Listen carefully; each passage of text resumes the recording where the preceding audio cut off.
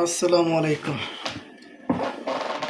আজকে আবার আপনাদের সামনে আসলাম একটা নতুন ভিডিও নিয়ে। আমি বরাবরই প্রতিদিন নিয়ত করছি যে আপনাদের দুইটা কথা বললে যদি কিছু না কিছু উপকার হয়, আমার অভিজ্ঞতা থেকে বলছি, এটাই আমার পাওয়া, আর কোনো কিছু পাওয়া না। ভাই, কয়েকটা পয়েন্ট বলবো, পয়েন্টগুলো মিলাবেন। আমরা যখন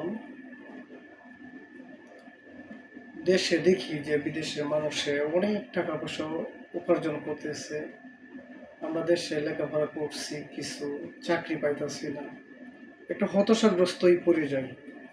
এক নম্বর পয়েন্ট, হতাশা। যে হতাশা বিভিন্ন পথে নিতে পারে মানুষকে, নেশার জগতে বিভিন্ন।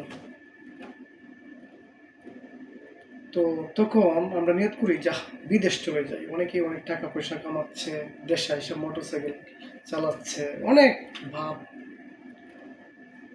এই পয়েন্ট তখন কি করে যে তখন কিন্তু কিছু সংখ্যক মানুষ থাকে যে বুঝ দেওয়ার, যে অমুকের ছেলে তো অমুক কিছু করতেছে, তুমি কিছুই পারলা না, তুমি বিদেশ যাও, অমুকের ছেলে তো বিদেশ করে অমুক কিছু করতেছে। দেখেন, আমি ভাই আঞ্চলিক কথা বলতেছি, আমি এতটা শিক্ষিত না, আমি মাটি ও মানুষের মানুষ। তো তখন কিন্তু এই ছেলেটা স্বপ্ন দেখা শুরু করে দেয় যে আমি বিদেশে চলে যাব। পাসপোর্ট করে, এক প্রকার কিছু দালাল আছে, দালাল চক্র আছে, এই সুযোগটা তাদের কাছ থেকে ছিনিয়ে নেয়। বুঝছেন বিষয়টা? এই সুযোগটা তারা চেপ করে, ক্যাচ করে যখন, তখন বলে যে হ্যাঁ, তুমি তো একটা শিক্ষিত, স্মার্টনেস, ইংলিশ জানো, তাহলে তোমার জন্য একটা সেই ভিসা আছে। কি ভিসা?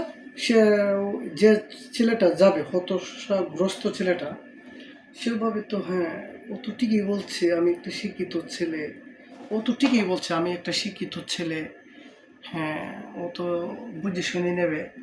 আর বাস্তবটা কি? ওই দালালে বলতেছে তুমি একটা শিক্ষিত ছেলে, ইংলিশ জানো, তোমার জন্য রেস্টুরেন্টস ওয়েটার বা কুবিশপ, পারফেক্ট আবাসিক হোটেল, বেপি, বেতন যদি তাকে 1500, এক্সট্রা ইনকাম আছে আরও 1000। এই যে একটা লোভ লালসা দেখা এই দালালেরা, হ্যাঁ, এই লোভটা যখন এই হতাশাগ্রস্ত ছেলেটা রাত্রে ঘুমাতে যা, এই লোভটা কিন্তু তাকে ঘুমাতে দেয় না। যা, বাপের কি ক্ষতি হলেও আমি বিদেশে যাবো না, আল্লাহ ভরসা। তখন কিন্তু ছেলেটা ভাবে না যে আমি তো আরবি জানি না, আমি কুক হিসেবের কাজ জানি না, আমি রেস্টুরেন্ট ওয়েটার কখনো, বাংলা হোটেলও কখনো বারিন্দা আশেপাশে যাই নাই ওয়েটারগিরি করার জন্য। আমি তো অর্ডার দিতাম একটা রেস্টুরেন্টে গেলে, এ ওয়েটার আমাকে এক গ্লাস পানি দাও। আমার তো সেই অভিজ্ঞতা নয়, সেটা কিন্তু সে ভাবতেও পারে না। হ্যাঁ, একটা কি কথা হচ্ছে, মানুষে যখন ভুল করে তখন চোখে কিন্তু ভুল ভাসে না, যখন ক্ষতিগ্রস্ত হয় তখন কিন্তু অনুতপ্ত হয়, ভাবে যে আসলে আমি কি করলাম, অনুতপ্ত হয়। হ্যাঁ, তখন ছেলেটা আসে, আসার পরে যখন দেখে সে নতুন, না জানে ভাষা, না জানে কাজ, যে কথা কাজে কোনো মিল ভিসা পাওয়া যায় না। বাস্তব কথা, কখনো রেস্টুরেন্টে কফি শপের ভিসা বলতে কোনো শব্দ নাই, শরিকা থেকে ভিসা উঠে হয়তো কাপালা করে নেয়, এটাই বাস্তব। দেখেন, আমি হয়তো সত্য বলার জন্য হয়তো অনেকের কাছে শত্রু হয়ে যেতে পারি, আসলে বাস্তবে কি, আমি এখানে আইসা দেখলাম, বুঝলাম, জানলাম। এর চেয়ে আর কি বলবো আপনাদের কাছে, যেটা বাস্তব সেটা আমি তুলে ধরার চেষ্টা করলাম। দেখেন, আমিও কিন্তু সেম টু সেম প্রতারিত হচ্ছি। হ্যাঁ, আমিও বিদেশ আসার আগে হয়তো ব্যবসার জন্য ঘুরছি, দোকান পাই নাই, আমার বন্ধু বান্ধব সবাই জানে, কিন্তু আমি একটা তারার দোকান করছি, কিন্তু পাই নাই। কি করাম, আমি কিন্তু গাড়ি চালাইছি, উটু চালাইছি, চাকরি করছি। লাস্ট আমি চাকরি করছি একটা রিসোর্টে। যখন এ, আওয়ামী লীগের পতন হলো, তখন এসে আমার মালিক ছিল আওয়ামী লীগের নেতা, সে চলে গিয়ে আমারও চাকরি চলে যায়। তো বিষয়টা হচ্ছে আমি পরে ব্যবসা দিব, ব্যবসা হয় নাই কপালে। তখন কিন্তু এই চক্রের ফান্দে আমি পড়লাম, হতাশাগ্রস্ত, কি করব দিক দিশা খুঁজে পাই নাই। এই দালাল চক্রের ফান্দে পড়লাম আমি। তা আমি কিন্তু বাস্তব নমুনাটা আপনাদেরকে তুলে ধরছি। হ্যাঁ, দালালের কথায় আমি বিশ্বাস করছি। আমি তো তখন ভাষা জানি নাই। আমি এখন বুঝতেছি, হ্যাঁ, তখন কিন্তু দালালে আমাকে কাজ দিব তার রেস্টুরেন্টে স্বপ্ন দেখি নাই।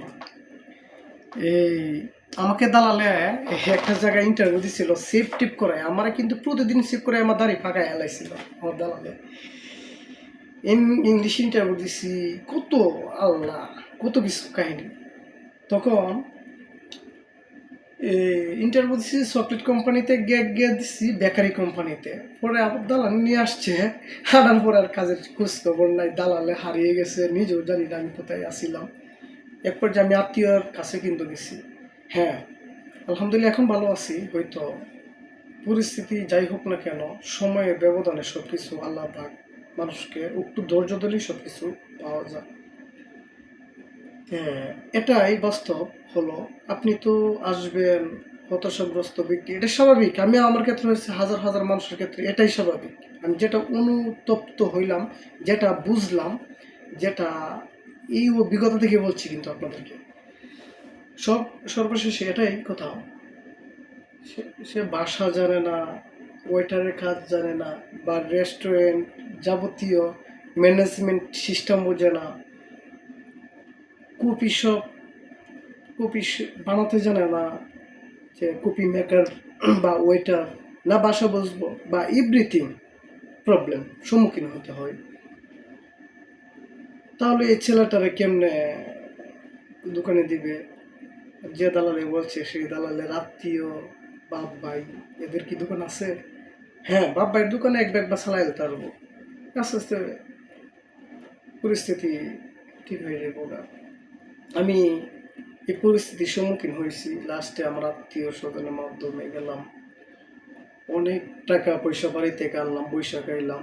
হ্যাঁ, আমি নিজে নিয়ত করলাম যে আমি এই বেকার অবস্থায় আমি বাসাটা শিখেলাম।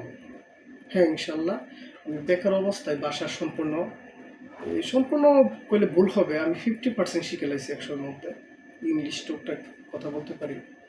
এক পর্যায়ে এখন আলহামদুলিল্লাহ এই জায়গা আছি। হয়তো এই জায়গা যদি চাকরি চলে যায়, আলহামদুলিল্লাহ যে কোনো জায়গা এই আশা আছে। আপনারা আসবেন, ভেবে চিন্তা করে আসবেন। বিদেশ খুব কষ্টের জায়গা, এখানে কেউ কারো আপন না। বিশেষ করে দালালের কথা আসবেনই না। আমার একটাই রিকোয়েস্ট, একটাই অনুরোধ, আপনারা যদি আসেন কোনো আত্মীয় স্বজনের মাধ্যমে আসেন, লিস্ট তাকে ধরতে পারবেন, বলতে পারবেন। এক পর্যায়ে সে মানে কিছুটা আঘাত পায় হলেও আপনাদের যাতে একটা কাজ ব্যবস্থা করে, বা কাজ ব্যবস্থা হইল না অথচ তার কাছে তো অন্তত রাখতে পারে। ইনশাল্লাহ দোয়া করেন, সবার জন্য দোয়া করি। ভালো থাকেন, যারাই আসবেন ভেবে চিন্তা করে আসবেন। আর আমার জন্য দোয়া করবেন, আল্লাহ যাতে ভালোভাবে থাকতে পারি, বিশ্বাস মানুষের প্রতি অটল ধরে রাখতে পারি। এটাই, আর কিচ্ছু না। এটাই চাও। আসসালামু আলাইকুম, ভালো থাকবেন।